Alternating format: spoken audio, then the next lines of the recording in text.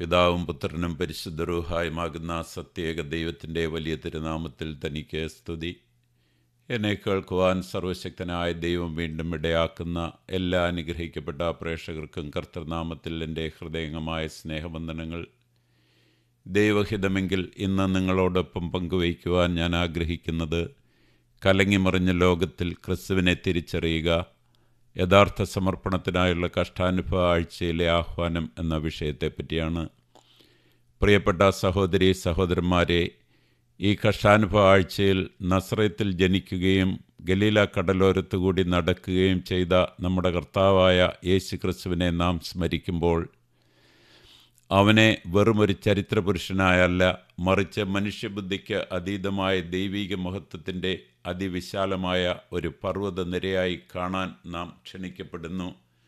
പ്രവാചകനായ യെശയ്യാവ് പ്രസ്താവിച്ചതുപോലെ, എൻ്റെ ചിന്തകൾ നിങ്ങളുടെ ചിന്തകളല്ല, നിങ്ങളുടെ വഴികൾ എൻ്റെ വഴികളുമല്ല. യെശയ്യാവ് 55:8.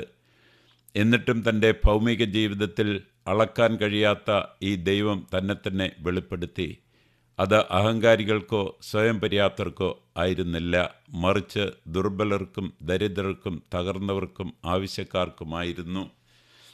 വിധവകൾ, അനാഥർ, രോഗികൾ, കുരുടർ, മുടന്തർ, കുഷ്ഠരോഗികൾ, പാപികൾ എന്നിങ്ങനെയുള്ള താഴ്മയുള്ളവരാണ് അവനെ തിരിച്ചറിഞ്ഞതും അവനെ അനുഗമിച്ചതും അവനിൽ നിന്ന് അനുഗ്രഹം പ്രാപിച്ചതും. ദൈവം അഹങ്കാരികളോട് എതിർത്ത് നിൽക്കുന്നു, എന്നാൽ വിനീതർക്ക് അവൻ കൃപ നൽകുന്നു. യാക്കോബ് 4:6 അപ്രകാരം എഴുതിയിട്ടുണ്ടല്ലോ.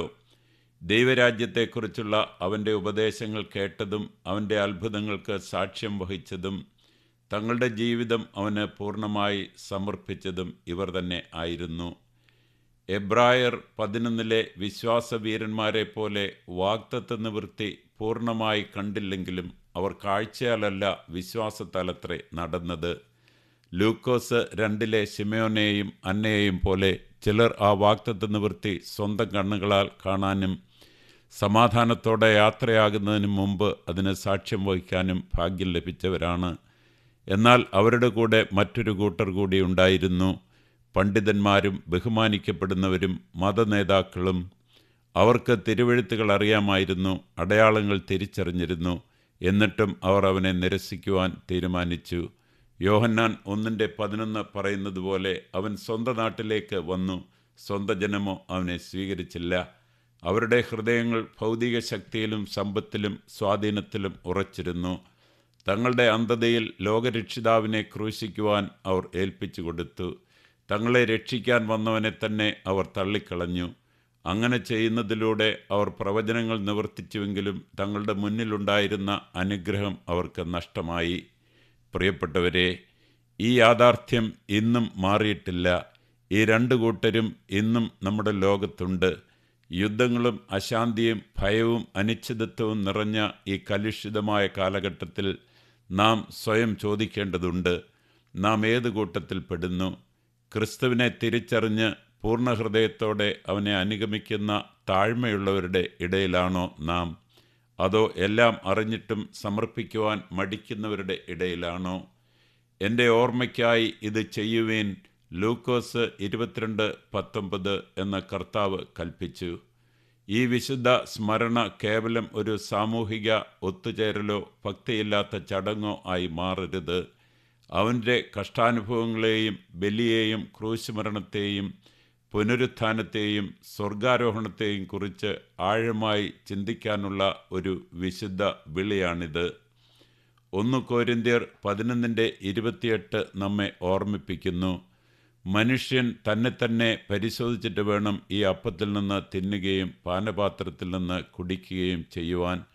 ദൈവഭയം നഷ്ടപ്പെട്ട് വിശുദ്ധ കാര്യങ്ങളെ കേവലം പാരമ്പര്യമോ മാറ്റമില്ലാത്ത ആഘോഷമോ ആക്കി മാറ്റുമ്പോൾ നാം അനുഗ്രഹത്തെ നഷ്ടമാക്കി മാറ്റുകയാണ് ചെയ്യുന്നത്.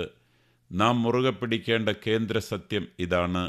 തൻ്റെ മരണം, പുനരുത്ഥാനം, സ്വർഗാരോഹണം എന്നിവയിലൂടെ യേശു ക്രിസ്തു നമ്മുടെ നിത്യരക്ഷ ഉറപ്പാക്കിയിരിക്കുന്നു.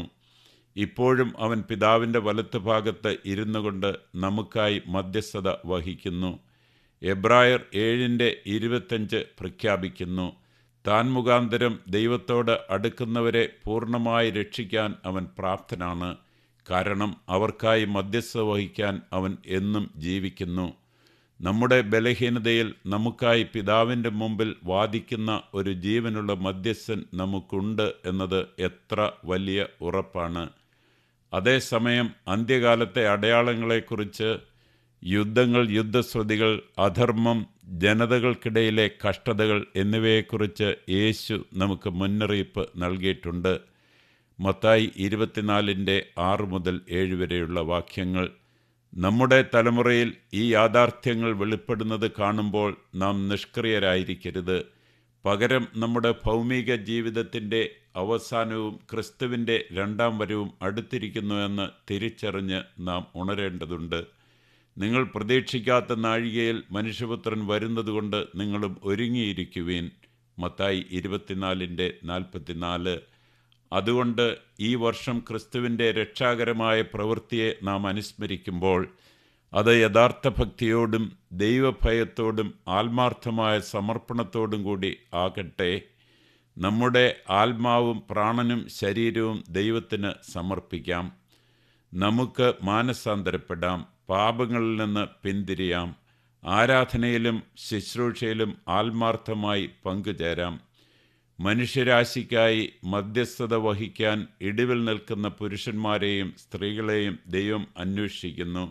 യെഹെസ്കേൽ 20:22-30. നാം നമ്മെ തന്നെ താഴ്ത്തി ദൈവത്തിന് കീഴ്പ്പെടുകയും അവൻ്റെ ഇഷ്ടപ്രകാരം ജീവിക്കുകയും ചെയ്താൽ നമ്മുടെ ജീവിതത്തിൻ്റെ പൂർണ്ണ ഉത്തരവാദിത്വം അവൻ ഏറ്റെടുക്കും. സങ്കീർത്തനം 17:8 പറയുന്നത് പോലെ, കണ്ണിൻ്റെ കൃഷ്ണമണി പോലെ എന്നെ കാക്കണമേ, നിന്റെ ചിറകിൻ്റെ നിഴലിൽ എന്നെ മറയ്ക്കണമേ. തന്നെ വിശ്വസിക്കുന്നവരെ സംരക്ഷിക്കാനും വഴി നടത്താനും നിലനിർത്താനും നമ്മുടെ ദൈവം ഇന്നും ജീവിക്കുന്നവനും വാത്സല്യമുള്ളവനും വിശ്വസ്തനുമാണ്. നാം പൂർണ്ണ ഹൃദയത്തോടെ ദൈവത്തിങ്കിലേക്ക് മടങ്ങി വരുമ്പോൾ ലോകത്തെ അലട്ടുന്ന യുദ്ധങ്ങളും സംഘർഷങ്ങളും അശാന്തിയും അവൻ്റെ ഇഷ്ടപ്രകാരം അവസാനിപ്പിക്കുവാനും യഥാർത്ഥ സമാധാനം പുനഃസ്ഥാപിക്കുവാനും കഴിയും. എഴുതപ്പെട്ടിരിക്കുന്നതുപോലെ, എൻ്റെ നാമം വിളിക്കപ്പെട്ടിരിക്കുന്ന എൻ്റെ ജനം തങ്ങളെ തന്നെ താഴ്ത്തി പ്രാർത്ഥിച്ച് എൻ്റെ മുഖം അന്വേഷിച്ച് തങ്ങളുടെ ദുർമാർഗങ്ങളെ വിട്ടുതിരിയുമെങ്കിൽ ഞാൻ സ്വർഗത്തിൽ നിന്ന് കേട്ട് അവരുടെ ദേശത്തിന് സൗഖ്യം വരുത്തും. 2 ദിനവൃത്താന്തം 7:14. നമുക്ക് പ്രാർത്ഥിക്കാം. സ്വർഗസ്ഥനായ ഞങ്ങളുടെ പിതാവേ, ഈ വിശുദ്ധ കഷ്ടാനുഭവ ആഴ്ചയിൽ താഴ്മയുള്ള ഹൃദയത്തോടെ ഞങ്ങൾ നിൻ്റെ സന്നിധിയിൽ വരുന്നു. ഞങ്ങളുടെ രക്ഷയ്ക്കായി കഷ്ടമനുഭവിച്ച് മരിച്ച് ഉയർത്തെഴുന്നേറ്റ നിൻ്റെ പുത്രനായ യേശു ക്രിസ്തു എന്ന അളക്കാനാവാത്ത ദാനത്തിനായി ഞങ്ങൾ നന്ദി പറയുന്നു. കർത്താവേ, നിൻ്റെ യാഗത്തെ ഞങ്ങൾ നിസ്സാരമായി കണ്ടപ്പോഴൊക്കെയും ഞങ്ങളോട് ക്ഷമിക്കണമേ. വായുകൊണ്ട് നിന്നെ ബഹുമാനിക്കുകയും ഹൃദയം നിന്നിൽ നിന്ന് അകന്നിരിക്കുകയും ചെയ്ത നിമിഷങ്ങൾക്കായി ഞങ്ങൾ ഖേദിക്കുന്നു. ഞങ്ങളെ ശുദ്ധീകരിക്കുകയും പുതുക്കുകയും നിന്നോടുള്ള യഥാർത്ഥ കൂട്ടായ്മയിലേക്ക് തിരികെ കൊണ്ടുവരികയും ചെയ്യണമേ. കർത്താവായ യേശുവേ, ഞങ്ങളുടെ പാപങ്ങൾക്കായി കുരിശു ചുമന്നവനെ, നിന്നെ യഥാർത്ഥമായി തിരിച്ചറിയുവാൻ ഞങ്ങളെ സഹായിക്കണമേ. ആത്മാവിൽ ദരിദ്രരായവരുടെ താഴ്മയും നിന്നെ വിശ്വസ്തയോടെ അനുഗമിച്ചവരുടെ വിശ്വാസവും നിന്റെ രാജ്യത്തിനായി സകലവും സമർപ്പിക്കുവാനുള്ള ധൈര്യവും ഞങ്ങൾക്ക് നൽകണമേ. അഹങ്കാരത്തിൽ നിന്നും ലോകമോഹങ്ങളിൽ നിന്നും ആത്മീയ അന്ധതയിൽ നിന്നും ഞങ്ങളെ വിടുവിക്കണമേ. പരിശുദ്ധാത്മാവേ, ഈ തലമുറയിൽ ഞങ്ങളെ ഉണർത്തണമേ.